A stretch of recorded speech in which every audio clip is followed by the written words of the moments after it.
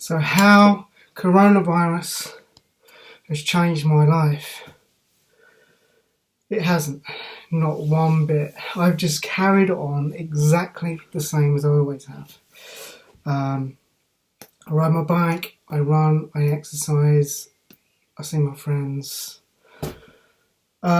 Statistically, the chances of catching coronavirus and dying from it is 0.02.5%. So you've probably got more chance of winning the lottery than actually catching and dying from coronavirus.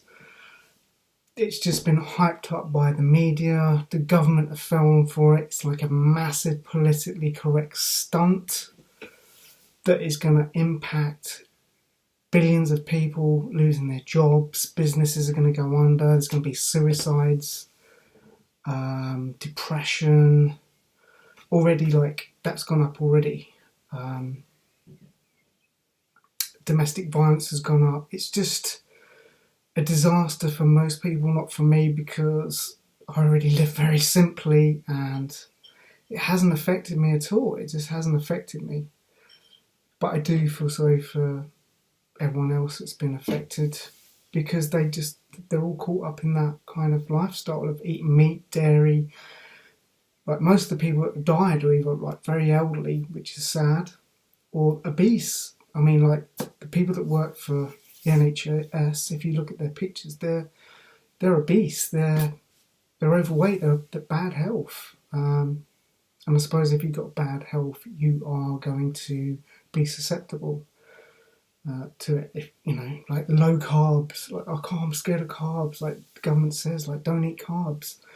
Carbohydrates fuel the red blood cells in the body. They fuel every single cell in your body. Your brain, your heart, your blood cells, everything. Your lungs, keeps you fit and healthy without having caffeine. Most people are hooked on caffeine, so their bodily systems are kind of like compromised in a way. So I do feel sorry for those people. Sadly, I mean, I've been telling people for years, high carb, get rid of the coffee, do some exercise, eat carbohydrates, pasta, rice, table sugars, potatoes, all these high carb, couscous, vegetables, fruits, all these kind of things. I do eat a little bit of fat. I do like a bit of fat, but I keep it kind of low, so under 30 grams a day. So sometimes I binge out on ice cream and fats, but then I always go back to the carbs because I want to have a good immune system. I want to, fight these viruses. And another thing is, how do you boost your immune system? By being dirty, by being a dirty person, because that's how kiddies do it. They're born with their immune system very low, and then they're putting things in their mouths, and they're picking things up and putting them in their mouths and licking them, and that's how you build up your immune system, by being in contact with these viruses. What other point was I going to make? If they get a vaccine, it's going to be like the flu. It mutates. The flu mutates. The flu virus mutates every single year. And the flu jab, they get the strain wrong every single year.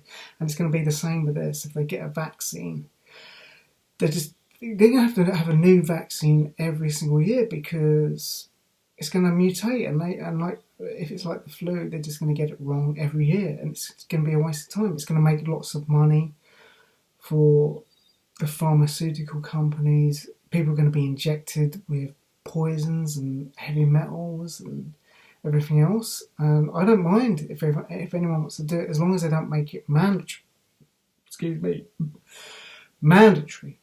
So I have to take it, because I'm not going to be taking it. I'm telling you that. I'm not going to be taking it, because I don't want to lower my immune system. I don't want to take a vaccine and lower my immune system via chemicals. I want to boost my immune system so I can fight viruses and disease naturally. That's how I want to do. But a few things I'm disappointed in. I'm disappointed in how people can be controlled easily, and that is through fear.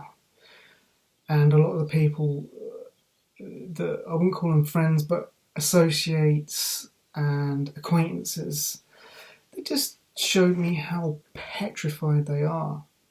Petrified of living. I thought they were courageous people, willing to stand up for freedom, freedom of animals, freedom of humans, freedom rights for humans.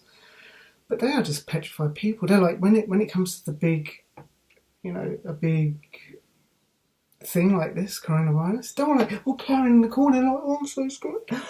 You mustn't go out. You mustn't do this. I'm going to call the police. Like, how dare you wash your car? How dare you go outside? Like, they're carrying in the corner, like, oh my God, they're so scared. And that's so disappointing. I'm extremely disappointed in some of the people that I meet. Very disappointed. And you realise who the snitches are. There's a lot of snitches out there. You've got to be careful who you talk to, because there are a lot of snitches out there.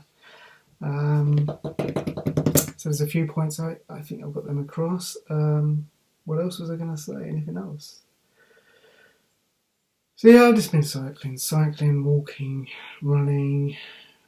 I'm just enjoying the nature, getting the fresh air, the sun. I don't know if you can see, but I'm tanned. I feel amazing. I feel amazing. The only difference to me is like standing like a plonker in the supermarket to get the potatoes and the rice and the pastas and the fruits and the vegetables and the vegan meats and the vegan foods. It just seems pointless because it's all going to be on the packaging. Like, so before we even had lockdown, everyone went to Tesco's, everyone's coughing in each other's faces, breathing and spitting on each other, handing over cash, credit cards and everything else, touching the buttons. So we've all been exposed to it. And then the lockdown. But we've all got it. Whoever's been to Tesco's and spread it around, we've all got it anyway. So what was the point of the lockdown? It doesn't make sense. That seems bizarre to me. Any kind of rational person would think to yourself, we've all been out. We've all been out together and touching all these packaging. I mean, what are you going to do? You've been to Tesco's, you got packaging off. That package has been handled by hundreds of people, lorry drivers, everything, the processing of it, and the person that's handled the packaging. You're picking it up, and then you're putting it in your cupboard, and it's locked down. What are you going to do? Like, disinfectant all the packaging, all the food, and then eat? No one's doing that. So it's in your house. It's in your house. Like carers. You get different carers coming in to look after the elderly. Like, they're all going around to everybody. This lockdown, to me, hasn't made any sense at all. Like, people that are going to a park and they're sitting in the middle of a field, literally, there's no one around, and they're sunbathing in the sun on a patch of grass, acres on their own, and you're getting like people going over to them, like wearing vests and like security on there and saying, you need to move on because of coronavirus. You're going to catch it from the air. Like, you're not going to catch it from the air. Like, people wearing masks in the middle of nowhere, in their vans, like thinking this virus is going to come down on the fucking gale force 10 winds and go into my, oh, I've got corona. Like, how dumb are people? Like, really, seriously. It just shows you how dumb people are and how scared they are. Overall, very disappointed with humans, but there are people like me and and other people that think alike. So we're not alone. It's just the majority of scared people. It's sad, but people like me and people I know that are like think the same way. Well done for not falling for the nonsense, and yeah, we just got to ignore it and carry on with our lives and make the best of it. So just a little one there, so quite a long one, over 9 minutes. Okay, thanks for watching. If you got to this bit, thank you very much for watching, because you got right to the end of me rambling on.